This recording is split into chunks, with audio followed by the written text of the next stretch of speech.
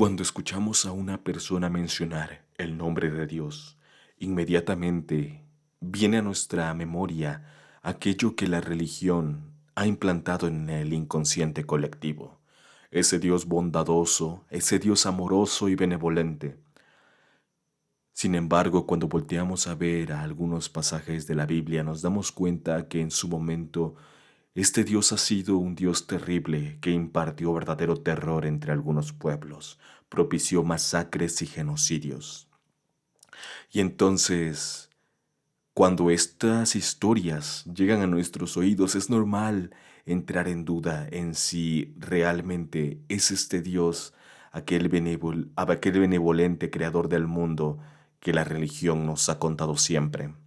Y especialmente cuando estas historias llegan a los oídos de los teóricos de la conspiración, mil ideas empiezan a formar en su mente, especialmente algunas apoyadas por la pesimista forma de ver el mundo de los gnósticos. Y entonces nace aquello que ellos conocen como el demiurgo, ese Dios falso, ese Dios sustituto, ese Dios impostor, ese Dios que trata de alimentarse del sufrimiento humano a base de engañar a la humanidad y que creó la tierra para aprisionarnos. Y sabes, no es del todo cierto esa teoría.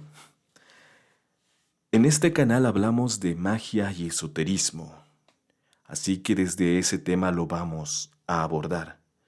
Esta noche, en Esotérico Podcast, te vengo a hablar acerca de el inefable nombre de Dios, el Tetragramatón. Como ya mencioné antes, esto es Esotérico Podcast. Bienvenido, mi nombre es Noctasmos y es para mí un gran placer tenerte de vuelta. Antes que nada, me gustaría hacer un disclaimer bastante especial. Los teóricos de la conspiración, volviendo a ellos, suelen hacer videos bastante entretenidos, bastante que provocan bastante miedo, porque como lo he dicho siempre, el miedo vende y la realidad cuando el misterio se cae muchas veces pierde esa magia, ese, esa esencia de lo desconocido. Lo desconocido atrae y cuando el misterio se cae, entonces esa atracción se pierde. Así que de una vez quiero decirles que en este programa abordaremos el nombre de Dios o la esencia de lo divino y la creación del universo desde el punto de vista cabalístico. Y esto también tiene que llevar su advertencia, porque la cábala no es tan sencilla como unos creen, es más bien una invitación a filosofar, a pensar, a analizar y a sobrepensar y sobreanalizar también las ideas que aquí se presentan, porque los significados nunca dejan de surgir y es como el universo mismo. El universo mismo está en expansión constante y hoy en día no se ha detenido. Hoy en día el universo se sigue expandiendo y de esa misma manera en la que el universo se expande, tus pensamientos se expanden con él. Y cada vez que tú obtienes un nuevo significado y cada vez que tú meditas acerca de alguna idea y obtienes un, digamos, un significado diferente, un nuevo significado para ti, le encuentras diferentes atribuciones, todo eso es parte de la construcción del universo dentro de ti. Y por ello es que la cábala de vez en cuando parece algo bueno, exageradamente sobrepensado. Pero está muy lejos de serlo. En realidad, cualquier pensamiento que te llegue con la cábala es totalmente válido. Obviamente, siempre y cuando tus estudios le den un fundamento a lo que estás diciendo. Pero sí, la cábala se vuelve bastante compleja. Entre más uno la analiza, en lugar de volverse más sencilla, se vuelve más complicada muchas veces de entender, llegando a ver conceptos que escapan casi de nuestra comprensión, porque son conceptos demasiado elevados. a los cuales solo se puede acceder mediante meditación bastante profunda sobre esos conceptos. Y es como una chispa divina que te otorga entendimiento durante un momento, pero después expresar eso es difícil expresarlo con palabras humanas, porque hay cosas que escapan de la comprensión humana. Una vez diciendo esto, también quiero aclarar que, así como ustedes seguramente alguna vez han escuchado hablar de la Cábala y se habrán dado cuenta en programas anteriores también, allá afuera otros canales suelen mencionar a la Cábala muy por encima y te dicen, hoy la Cábala es totalmente un misterio reservado únicamente para los judíos. Y la verdad es que no. La Cábala la puede estudiar cualquier persona. Simplemente tienes que decidir con quién estudiarla. Como ya lo mencionamos alguna vez, está la cábala judía que es llevada a enseñanza por rabinos, y los rabinos suelen ser bastante estrictos y ortodoxos. Ese sistema tan estricto, tan ortodoxo, personalmente a mí no me llama mucho la atención. Te limita demasiado y hasta cierto punto creo que esa limitación es, es intencional. La cábala para ellos es algo sagrado y algo que se transmite de voz a oreja, de boca a oreja, de padre a hijo. Incluso anteriormente se transmitía únicamente a los primogénitos, según he leído por ahí en algunos libros. Y eso, imagínate, si solo transmitían esto a sus hijos primogénitos y no a sus demás hijos, que te hace creer que te van a revelar todos los secretos a ti, que eres un profano, que ni siquiera perteneces a su misma cultura.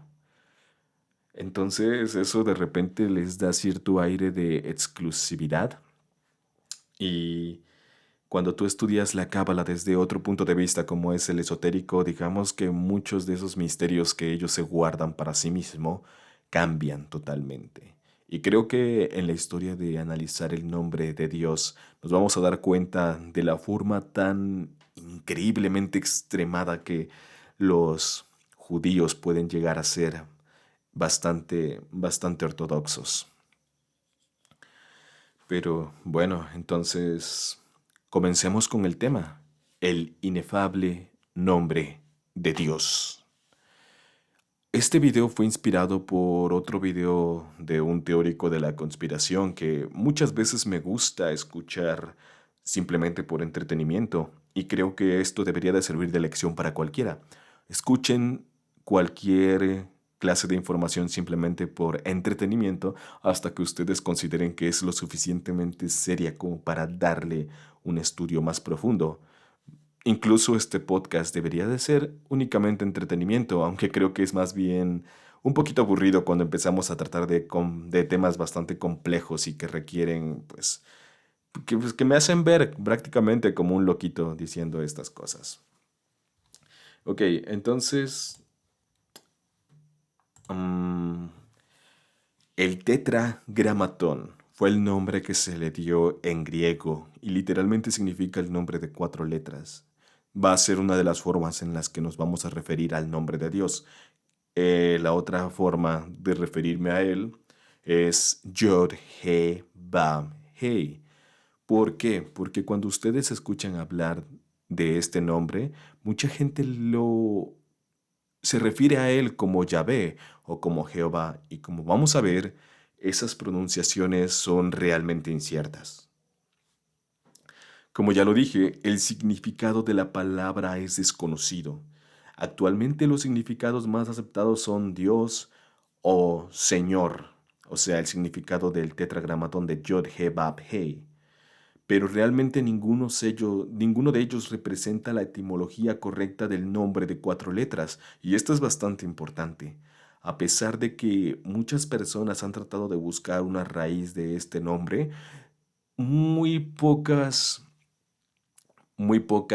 teorías han sido satisfactorias, por llegar a decir que ninguna.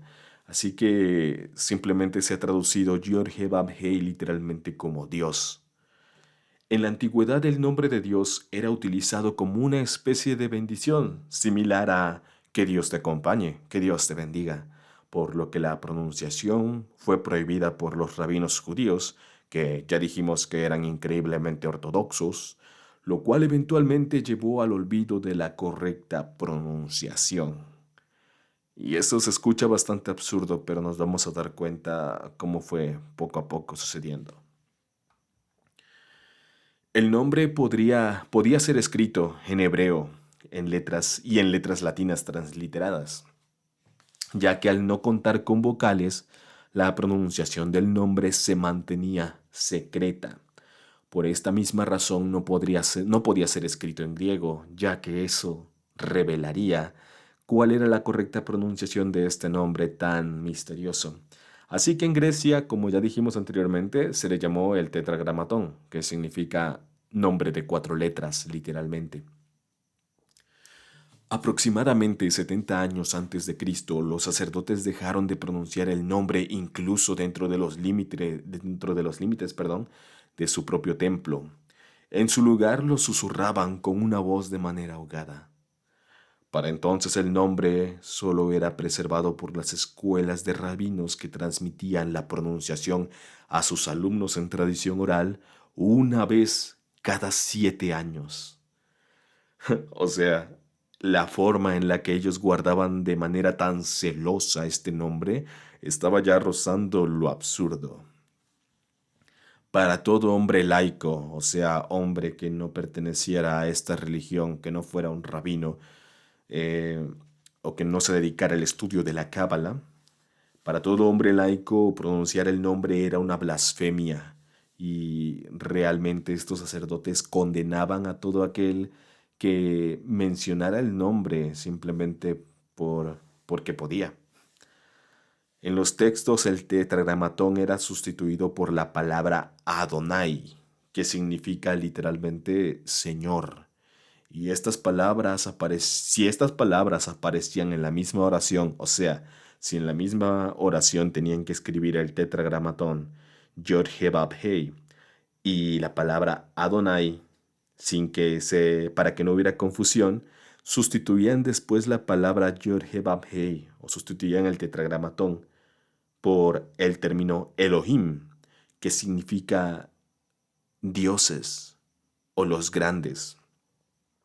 Un término que usualmente se confunde demasiado con los hijos de Dios del mito aquel donde habla acerca de que los hijos de Dios se casan con las hijas del hombre y copulan y procrean descendencia. Ese mito realmente es un mito bastante interesante que me gustaría abordar, pero en otra ocasión, para no confundirlos. Sin embargo, ese mito fue la raíz de que dentro de los teóricos de la conspiración, el término Elohim se empezara a confundir. Y esta persona la cual me inspiró a hacer este podcast, él comentaba que los Elohim eran aquellos dioses arcónticos que dominaban a la humanidad. Elohim era una palabra en plural que podría haber sido ocupado para cualquier muestra divina. Y era una manera de la que ellos se referían. Era como si nosotros dijéramos el Altísimo, el Grande, el Grandioso, el Creador. Hay mucha gente que se refiere así a Dios y no le llama por su nombre, no le dice Jehová o Yahvé o como ellos lo conozcan. Simplemente dicen, oh, el Grande, el Altísimo. Y es lo mismo que pasaba acá.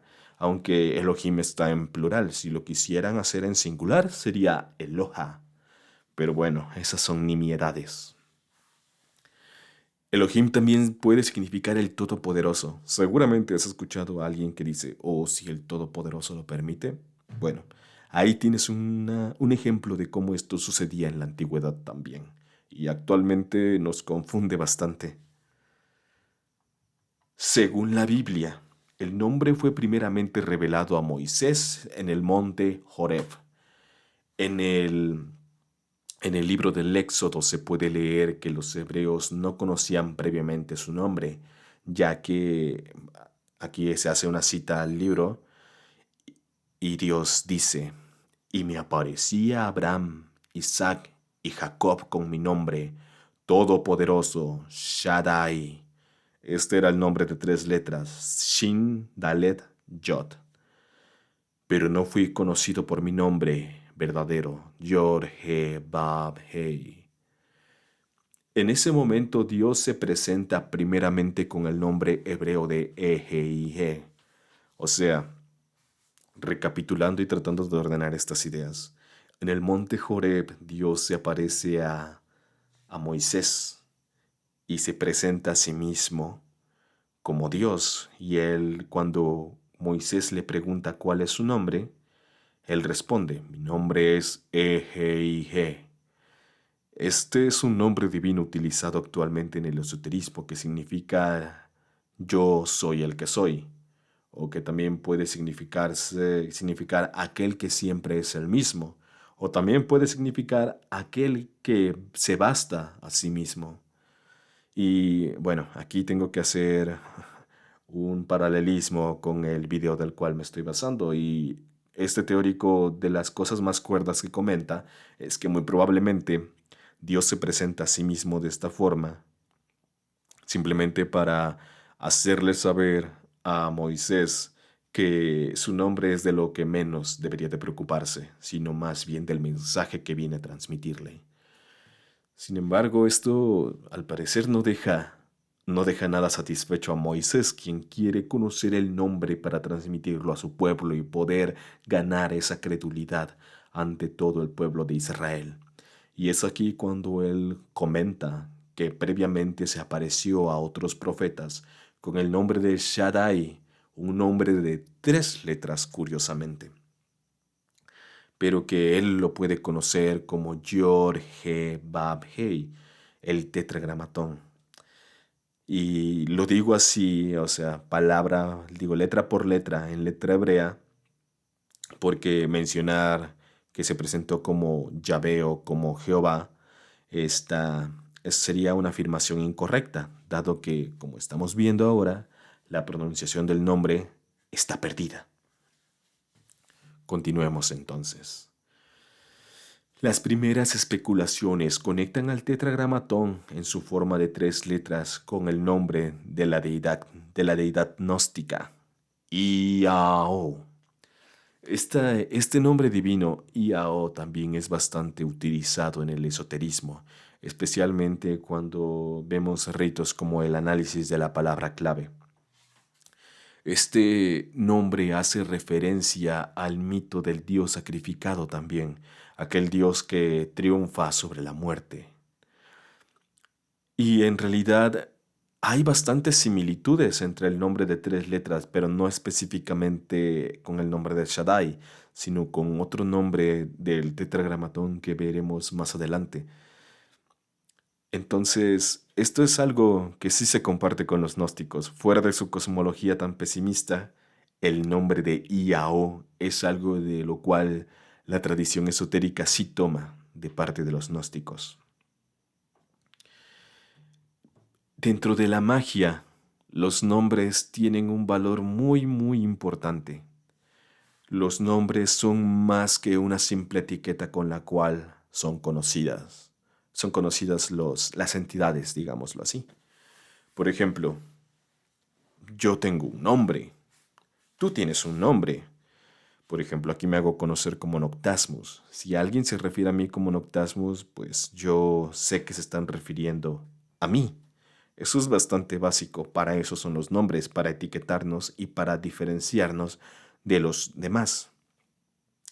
Sin embargo, en este mundo es muy probable que haya más personas que compartan nombre contigo, y eso no los hace necesariamente literales igual a ti. ¿Por qué? Porque tú tienes algo que te distingue, tienes un cuerpo físico que te distingue, tienes una esencia, tienes una personalidad, tienes algo tangible que conecta tu ser con este mundo y te hace, bueno, y esa manifestación de la materia en ti te hace reconocible ante los demás, aunque no conozcan tu nombre. ¿No te ha pasado que de repente hablas con alguien y te lo vuelves a encontrar y vuelven a tener una charla bastante amena, pero nunca se presentaron y es hasta la tercera vez que se encuentran que ya dicen, oh, por cierto, mi nombre es tal? Y ya, te responden, ah, mucho gusto, yo me llamo tal. Entonces se presentan. Pero ¿qué pasa en el mundo de los espíritus?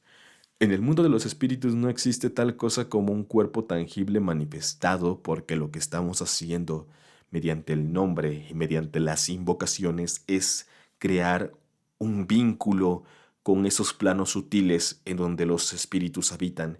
Y al momento de tú mencionar el nombre, suceden varias cosas. Primero que nada, si es el nombre de un espíritu en específico, ese espíritu debe de venir hasta donde tú estás porque tú lo estás comandando por su nombre, por el nombre al que él responde. Por eso es tan importante conocer el nombre de los espíritus, porque mediante el conocimiento de su nombre tú puedes llamarlos y si es un nombre especial para ellos, cuando alguien los llama por ese nombre, ellos tienen que obedecer y venir hasta donde tú estés. Por otra parte, como lo hemos visto en programas anteriores donde nos hablamos también de Kabbalah, donde hablamos y analizamos cómo el árbol de la vida fue construido, y en el futuro programa de los cuatro mundos de la Kabbalah que voy a sacar más adelante, también veremos que el plano más elevado de la creación es el mundo de los arquetipos, es el mundo donde la conciencia divina existe, pero es una conciencia divina muy complicada de comprender y los nombres divinos tienen especial fuerza. Por ejemplo, existe un nombre divino para cada jerarquía de ángeles, incluso si esta jerarquía se extiende hasta los espíritus o demonios. Todos ellos responderán a un nombre divino que se ha identificado con su nivel de la creación. ¿A qué me refiero con esto? Un ejemplo. El nombre divino de la esfera más elevada, Kether, es Egeige. Si tú algún día intentas llamar al arcángel Metatron que habita en Kether, tendrías que llamarlo mandándolo por el nombre divino, Egeige. Si algún día tú intentas llamar al ángel de la esfera menos elevada, de la esfera más material, del árbol de la vida, que es donde nosotros habitamos, Malhut, también hay un arcángel ahí. Su nombre es Sandalfon, y tendrías que llamarlo a él por el nombre divino de Adonai Haretz, que es el nombre divino correspondiente a la esfera de Malhut. Así que cuando hagas su invocación, tendrías que agregar estos nombres. ¿Por qué? Porque si bien al mencionar el nombre divino no es como que estés directamente invocando a esa parte de Dios porque sería algo demasiado, bueno, demasiado complejo como para incluirlo en una invocación. Con el nombre divino lo que se está haciendo, o de la manera en la que yo lo entiendo, es exaltar esa parte divina dentro de ti y despertar esa chispa que te conecta con Dios y al ser tú su creación y en el nombre de Él comandar a los espíritus, digamos que te reconoces tú mismo como parte como parte del Creador y como, bueno, este también es un mito que comenta mucho la religión, pero aquí lo voy a explicar. Se comenta que Dios nos hizo a imagen y semejanza, y de esto se crean ya bastantes debates. Algunos y la mayoría siempre orientados hacia que Dios tiene una forma física y de ahí lo representan como un ser humano, cuando en realidad esta idea de que nos hizo a su imagen y semejanza es más compleja que simplemente que Dios sea una persona como nosotros. Todo lo contrario. A lo que se refiere es a esa capacidad creadora de Dios que nosotros también tenemos. Nosotros somos capaces de crear, pero a menor escala. Nosotros somos el microcosmos y Dios es el macrocosmos, el mundo entero, el universo entero en sí, expandiéndose y creando más y más. Y de la misma forma en la que Dios expande y crea y destruye a la vez, tú puedes crear y destruir también. Digamos que eres una representación en miniatura de Dios y al momento en el que tú exaltas el nombre divino frente a los espíritus, ellos se ven en la necesidad de reconocerte como parte de la divinidad y dado que ellos aman al Creador, de cierta manera te van a amar a ti como reflejo del Creador y van a obedecer y van a hacer lo que tú les pidas. De ahí es la importancia de la jerarquía en la Cábala. Y de ahí es la importancia de los nombres divinos, ya no solamente para identificar a un espíritu, que como lo digo, al ser una entidad incorpórea, lo más representativo de ellos es su nombre. Y muchas veces llegan los espíritus bueno, cuando uno entra en visión, cuando uno entra a observar estos planos sutiles, los espíritus muy probablemente llegan con estandartes o con letreros en los cuales está su nombre. Y si no lo hacen y si es un espíritu del cual tú no conoces su nombre, tienes que pedírselo para poder saber quién es. Y entonces el espíritu debe responder si tiene la suficiente confianza contigo. Si también se puede dar la posibilidad de que el espíritu no confíe en ti, que tu relación con él todavía no sea suficientemente estrecha y fuerte, que el espíritu simplemente decida no darte su nombre. Porque al momento de que él otorga el nombre, tú tienes ahora la libertad de llamarlo cuantas veces quiera, y solo lo hacen cuando aceptan trabajar contigo. Al menos hay espíritus muy reacios a entregar el nombre, y algunos de ellos son muy elevados. Pero bueno, el insistir siempre es parte de la personalidad del mago. El mago debe de ser insistente e intentarlo una y otra vez hasta obtener lo que desea, si es tu voluntad. Y bueno, conociendo la importancia de los nombres divinos y de los nombres de los espíritus, avancemos en el tema. Cuando un nombre es correctamente vibrado con la pronunciación y la entonación adecuada, este nombre cobra vida. El aliento divino que dio vida a todas las cosas está implícito en nosotros. ¿Quién no ha escuchado también ese mito que la vida vino dada con el aliento de Dios? En realidad es también una alegoría a ello. Y fíjense aquí, los animales pueden emitir ciertos rangos de sonido y como rugidos que provocan ciertas reacciones en la psique y en el cuerpo incluso de otros animales. El rugido de un león te puede atemorizar incluso como una advertencia de que no te acerques a él porque es peligroso y que no dudará en defenderse si tú lo estresas y lo agredes.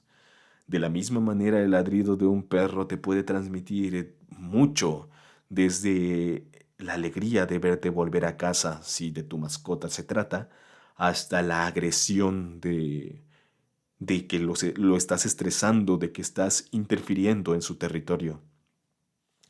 De esa misma manera, los seres humanos tenemos cierto rango en nuestro pronunciar, en los sonidos que emitimos, en nuestra voz, que transmite esa misma esencia de un rugido de un animal, aunque no exactamente como tal. Y a esto se le llama también la voz comandante o básicamente vibrar un nombre. Un nombre divino ya es suficientemente fuerte como para provocar un cambio total en el ambiente y traer desde los planos sutiles hasta el lugar donde el mago yace a los espíritus. Sin embargo, cuando el nombre divino es correctamente pronunciado, esta invocación se vuelve increíblemente poderosa y efectiva, casi infalible. Yo me atrevería a decir que infalible, incluso si tú trazas las figuras correspondientes y los sigilos, que son las firmas de los espíritus, esta invocación se volverá infalible. Es que no hay forma de que falle. ¿Cómo es esto de vibrar? Como ya lo he dicho, es muy similar a sacar un rugido desde el interior de tu cuerpo. En las iglesias lo hacen bastante con el canto gregoriano. Pero a diferencia de los animales, nosotros no transmitimos violencia con esa voz. Nosotros lo que hacemos por el contrario es transmitir cierta vibración con nuestra voz que pueda hacer que se exalte un nombre divino. Por ejemplo, cuando uno comienza a practicar el ritual menor del pentagrama del destierro, es muy común encontrar con que el primer paso es traza el pentagrama al este y después, mientras lo haces, vibras el nombre Yod He Bab Hey, que curiosamente es el tema de hoy, el tetragramatón. En el momento en el que tú lo trazas, la vibración que tienes que hacer es algo muy similar a esto. Me voy a alejar un poco del micrófono para no dejar sordo a nadie. Yod He Bab Hey.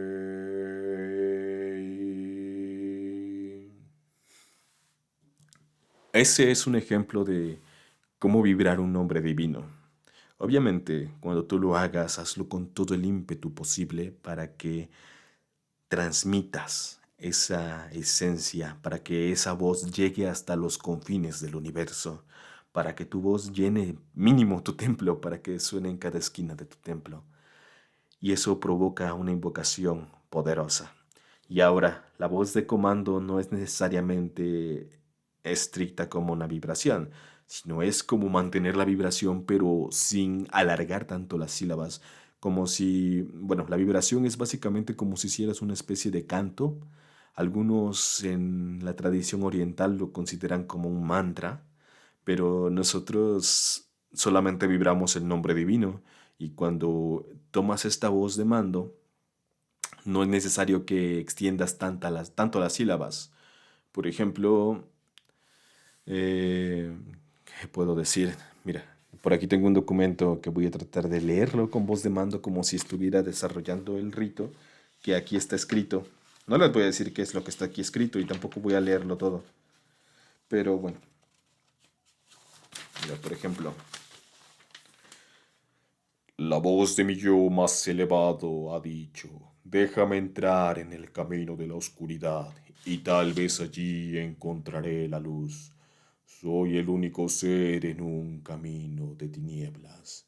Desde un abismo de oscuridad surgí antes del momento de mi concepción, desde el silencio profundo de un sueño primigenio. Ese es un ejemplo de cómo puede ser dramatizado un ritual. Evidentemente ya después en la práctica cada quien lo hará con las limitaciones que su voz le permitan. Yo creo tener la gracia de, bueno, creo que Dios me agració con una voz bastante poderosa de vez en cuando. Así que me agrada dramatizar de esa manera. Y digamos que también de la lectura en la cual saqué los extractos que ahora les estoy leyendo, se comenta algo que me parece realmente impresionante que lo toquen. Que cuando uno utiliza esta voz y habla a alguien así como de, tú no puedes hacer eso. Bueno, eso sonó un poquito lamentable, la verdad. Pero cuando alguien lo hace así y expulsa realmente energía desde su pecho, desde la boca del estómago, saca el pecho, echa los hombros atrás y saca toda esa energía con la voz, realmente llega a provocar cambios en la psique de las personas y que, pues, aquí hay un secreto que se te está revelando a ti que estás escuchando esto. Úsalo con, digamos, no con sabiduría, sino úsalo con responsabilidad. No andes por ahí levantándole la voz a las demás personas.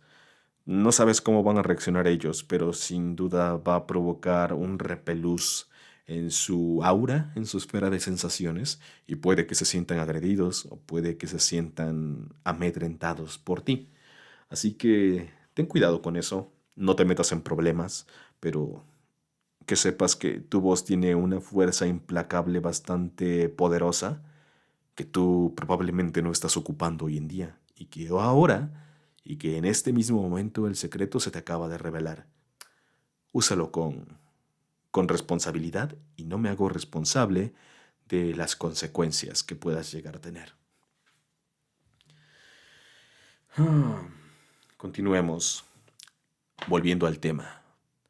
Los cabalistas consideran al tetragramatón un mapa del universo. Espacio, tiempo, materia y energía, bien y mal. Los humanos y los ángeles pueden encontrarse al analizar el nombre, el nombre inefable de Dios. El nombre no refleja solamente la composición del mundo, sino que también es el universo en sí mismo. Por ello, explicar esto es extremadamente complicado. Y dado el caso, solo podemos analizar algunos de los muchos secretos que el nombre esconde en su composición. Y bueno, aquí es donde nos empezamos a meter con la cábala. O sea, como ya he dicho, si bien ya tratar de explicar el nombre inefable de Dios es bastante complicado, porque el nombre no solo es un nombre, sino es el nombre. El primer, por ahí he leído en algunas literaturas hace un tiempo, que justo ahora no recuerdo, que en el momento de la concepción del mundo, cuando todo lo que existía era el vacío ilimitado, aquello que conocen como el Ein Sof, cuando solamente existía pues la nada, la primera palabra que se nombró fue tetragramatón.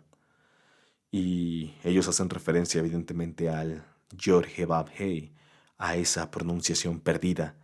La primera palabra que se mencionó en el universo fue esa, según algunos escritos.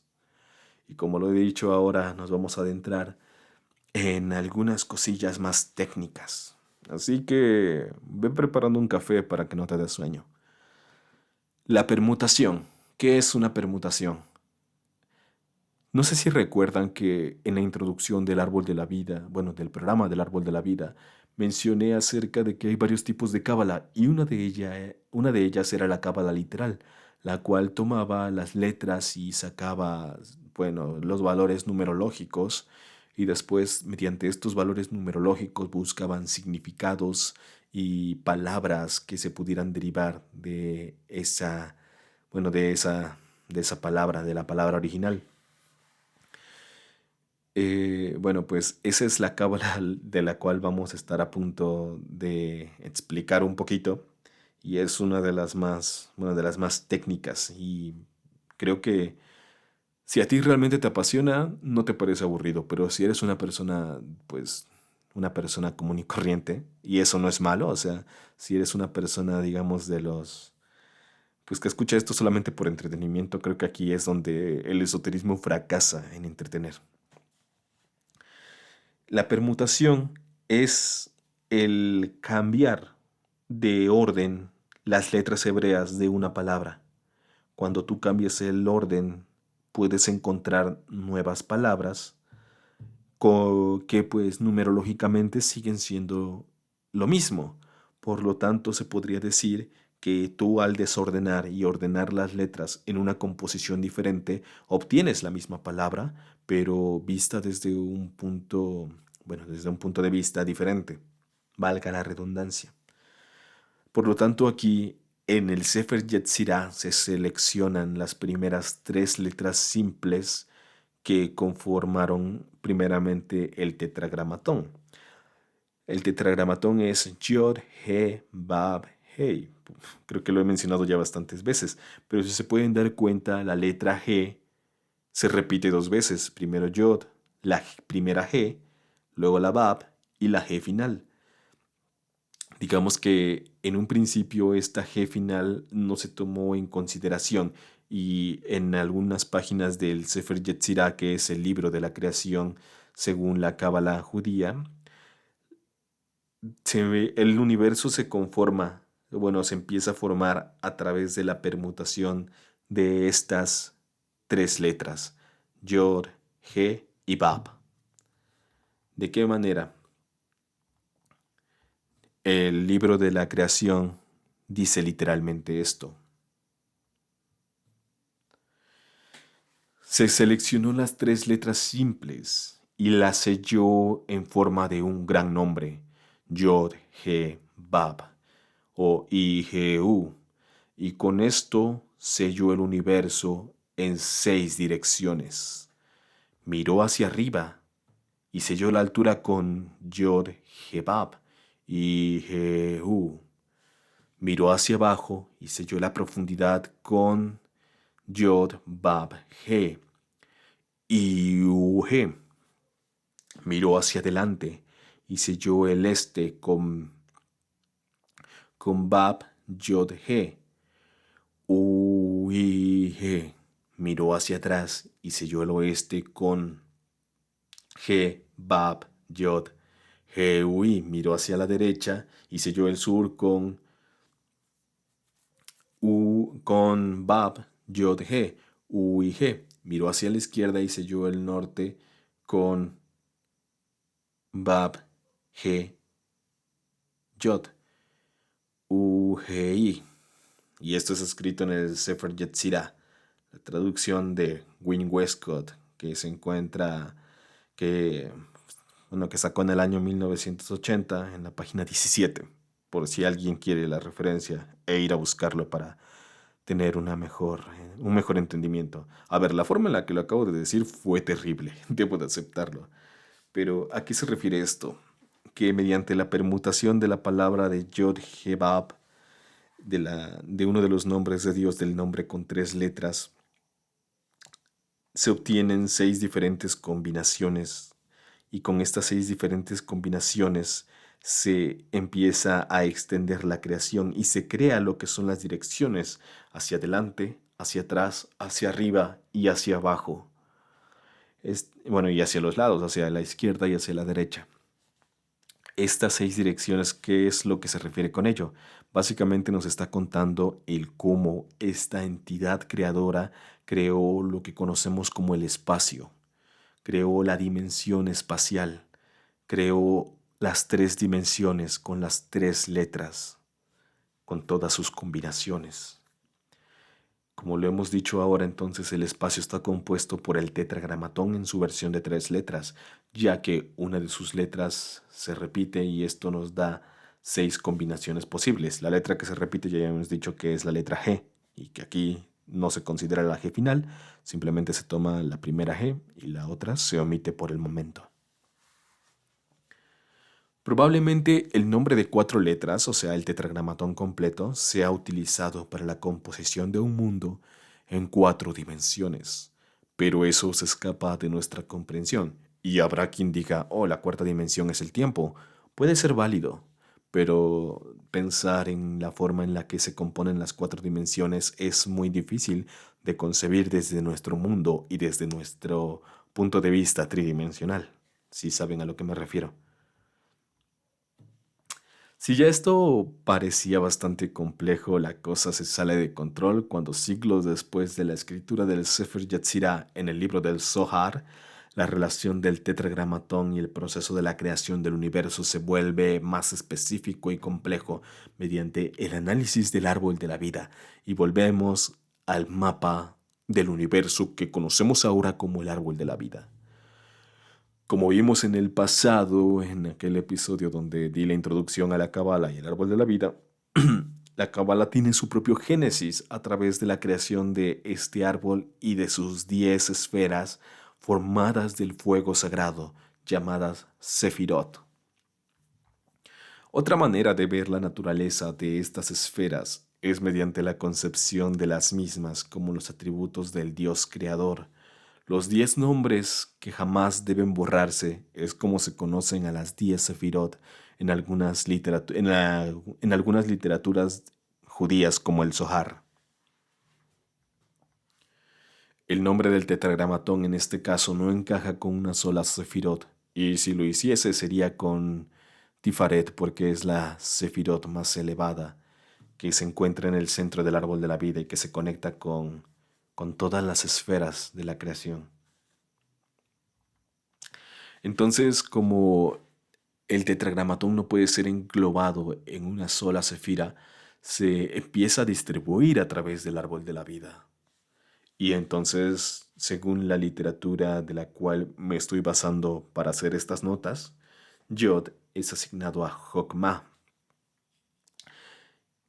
el cual Jokma es el canal por el cual fluye la energía que se desborda desde Keter, desde la esfera más elevada. Para esto te recomiendo que vayas a buscar el esquema del árbol de la vida que les compartí por ahí en mi Facebook e Instagram. Creo que te servirá para darte una idea de lo que estoy hablando, a menos de que ya conozcas el árbol de la vida. Si tú eres un entendido y conoces el esquema del árbol de la vida, pues bueno. Escucha, entonces. Yo he desasignado a Hokmah la energía desbordante que viene desde Keter y dirigida con la polaridad positiva y masculina de esta esfera. La primera G, entonces, toma parte en el arquetipo femenino y estructurante de Binah, la Gran Madre. Hokmah, como Yod, sería el padre y la primera G sería la Gran Madre. Entonces Bab sería atribuido al Hijo del Padre y de la Madre Suprema.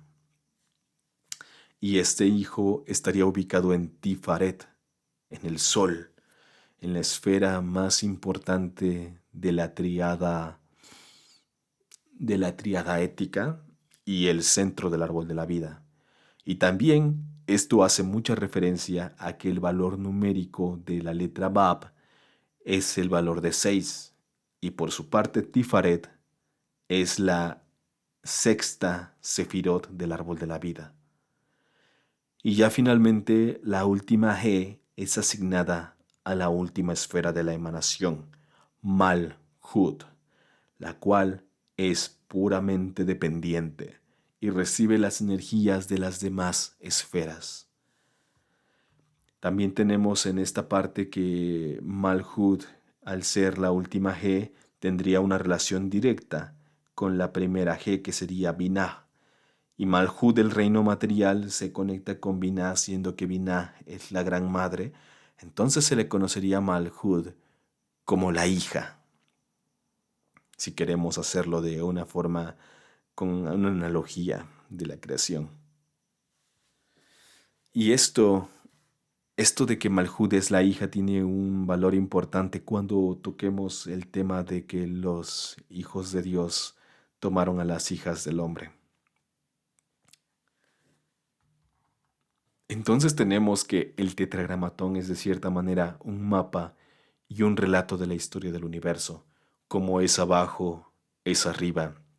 Así también es el tetragramatón un mapa del cuerpo humano. E incluso no es necesario esto sobreanalizar lo demás. Si colocamos las letras del tetragramatón una sobre otra, lo que se forma es literalmente una estructura que se asemeja mucho al cuerpo humano. Y si tú, donde quiera que estés escuchando esto, ve a ver la miniatura del podcast en Spotify o la intentaré también poner en YouTube cuando lo suba y vas a encontrar este esquema de las letras una encima de otra y verás que se asemeja mucho a una figura humanoide. El tetragramatón está directamente asociado a la Kabbalah y al número 4, porque 4 son los mundos de la Kabbalah. Y una vez más, como es abajo, es arriba. 4 también son los cuerpos del ser humano.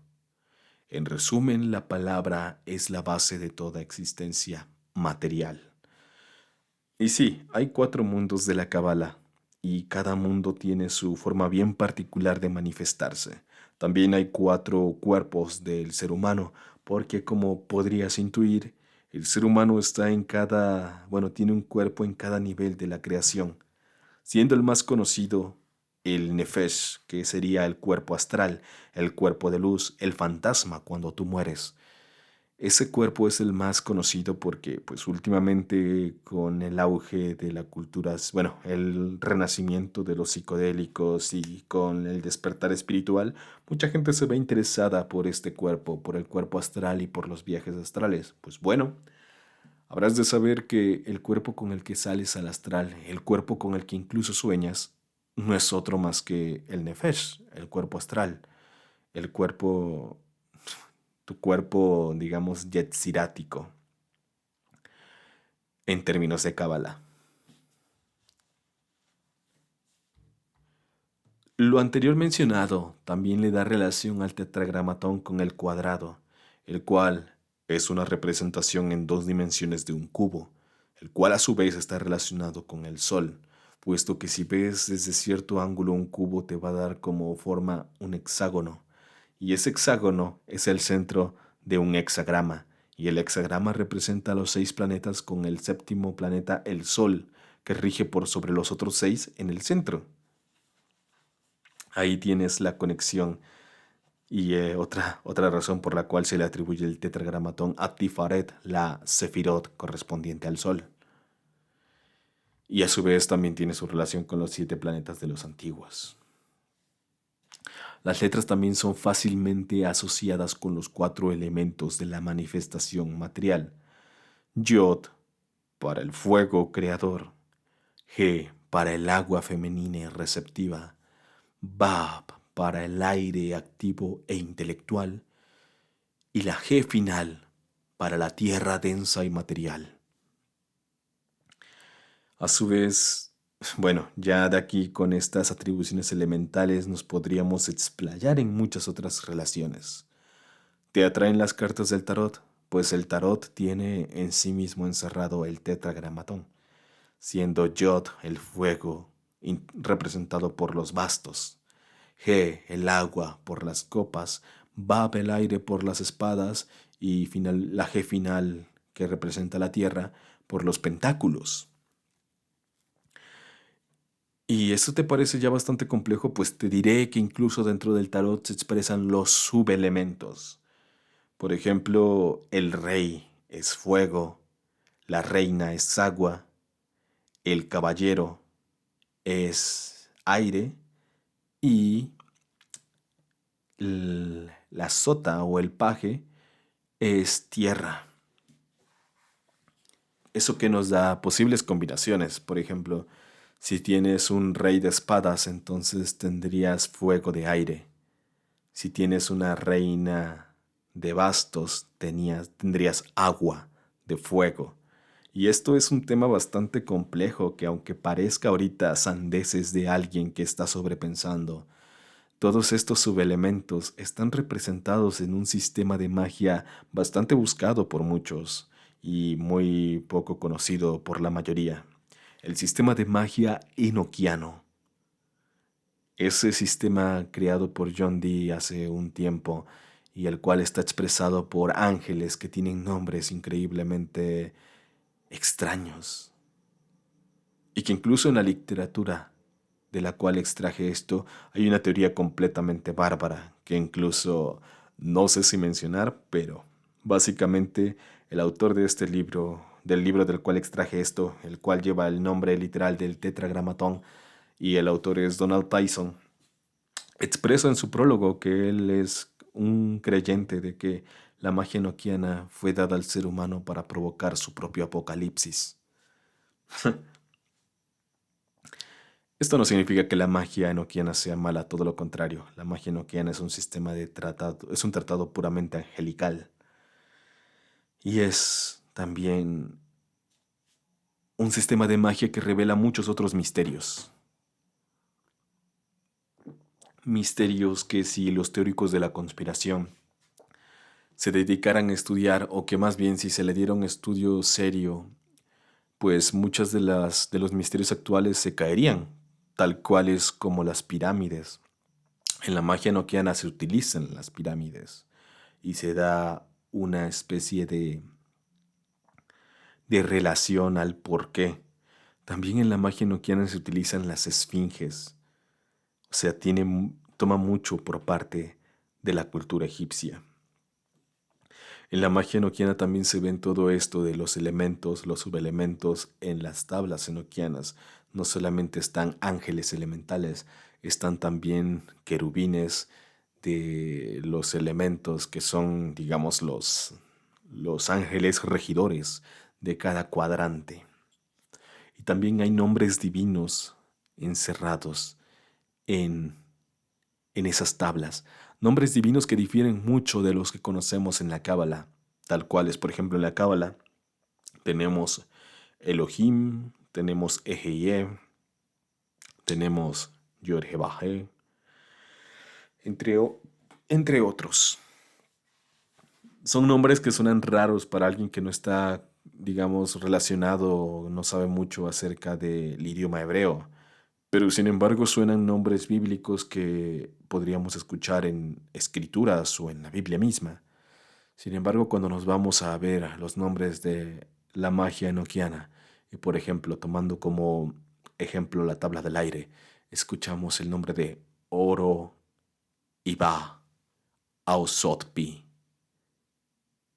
Nos damos cuenta que son nombres totalmente extraños.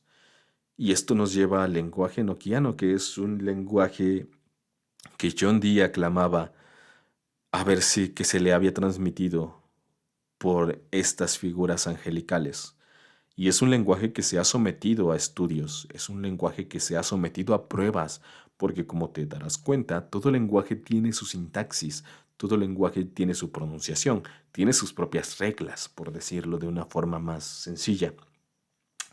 Cuando un lenguaje es inventado por una persona, difícilmente estas reglas se cumplen y tiende más a encontrarse patrones por los cuales el pseudo creador del lenguaje termina revelando que es una creación suya y que ha transliterado basándose en otro lenguaje. Eso no pasa con el sistema enoquiano. Con el sistema enoquiano las pruebas las pruebas para desmentirlo faltan. Y eso nos puede dar cierta sospecha de que realmente sea un lenguaje. Y si es correcto eso, y si es correcto lo que nos comenta John Dee en sus diarios, es un lenguaje incluso anterior al sumerio. Es la lengua adámica con la cual el primer hombre que existió en el universo habló, y es el lenguaje de los espíritus, de los ángeles. También es el lenguaje de Dios. Y eso llena de increíble, bueno, incluso eso podría también ser tomado como un misterio, pero eso vuelve el tema de la magia enoquiana un tema fascinante, que ahora ya les he dado una especie de pequeña introducción, pero que no tengo idea si me voy a explayar más en esto, puesto que a pesar de que es algo que a mí me apasiona y que la figura de John Dee es una historia que me encantaría contarles. mm, Soy bastante celoso también con lo que he estudiado acerca de la magia enoquiana porque mucho me ha costado aprenderlo, mucho me ha costado investigarlo. He gastado horas, dinero, esfuerzo, tiempo y próximamente experimentación también para tener en mis manos algo trabajable, un ritual. Y no quiero hablar mucho de eso, o sea, me apasiona demasiado y podría estar hablando de ello por horas, pero me cohíbo un poco al soltarlo así nada más al público. Y ahora ya he hablado mucho de ello, así que confórmate con eso. Y espero que de verdad sea un tema que te apasione tanto como a mí, porque de verdad es increíble. Y déjame decirte que en la magia enoquiana, ya como último tema, también, también en la magia enoquiana está el tetragramatón escrito. Básicamente, el tetragramatón está en todos lados. Y esto aún no ha acabado, la explicación aún tiene que continuar, pero el programa se ha hecho bastante largo. Y si te soy sincero, estoy muy cerca de alcanzar el final del guión que preparé, bueno, de las notas que preparé. Y la otra mitad no la he hecho por falta de tiempo, pero no quería quedarme esta noche sin grabar nada.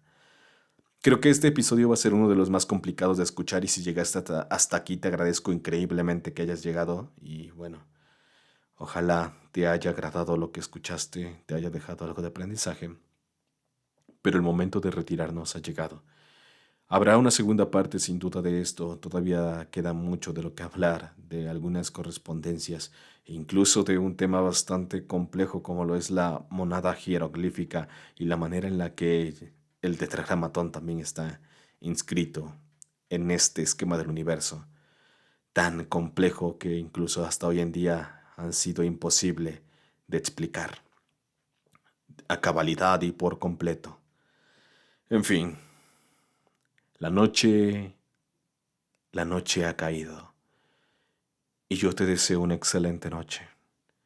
Que descanses, que tengas una excelente noche, tarde o día, en el momento en el que hayas escuchado esto.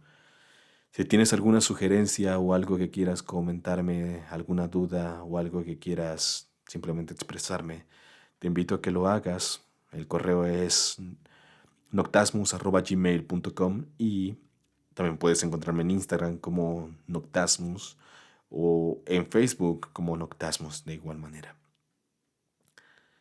Te deseo una excelente noche y que todos tus propósitos se realicen.